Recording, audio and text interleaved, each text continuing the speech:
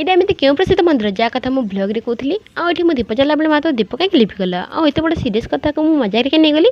Hello guys welcome back to my new mini blog. ଯେମିତିକି ଆପଣମାନେ ଜାଣିଥିବେ କି ମୁଁ ବ୍ରହ୍ମପୁର ଆସିଛି ଆଉ ବ୍ରହ୍ମପୁର ସବୁଠାରୁ ଶ୍ରେଷ୍ଠ ଦେବୀ ହେଉଛନ୍ତି ମା ତାରାତାରିଣୀ।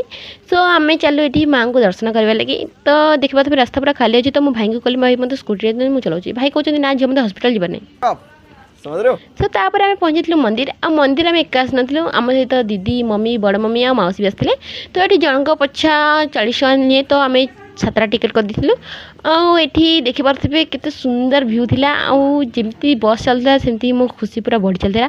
ବିକଜ୍ ମୁଁ ଆମ ଘରର ଶ୍ରେଷ୍ଠ ଦେବୀ ଯିଏକି ଇଷ୍ଟ ଦେବୀ ଆମ ତାରାତାରିଣୀ ମା ତାଙ୍କୁ ଦର୍ଶନ କରିବାକୁ ବହୁତ ଖୁସି ଥିଲି। ତ ଏଠି ଆସୁ ଆମେ ଫାଷ୍ଟ ଦେଖିଲୁ କି ଏଠି କେତେ କ୍ୟୁଟ୍ କ୍ୟୁଟ୍ ମଙ୍କିସ୍ ମାନେ ଥିଲେ ଆଉ ଯେଉଁ ମାଉସୀ ଦେଖାଉଛନ୍ତି ସେ ଟ୍ୟାପ୍ ବନ୍ଦ କରିଦେଉଥିଲେ।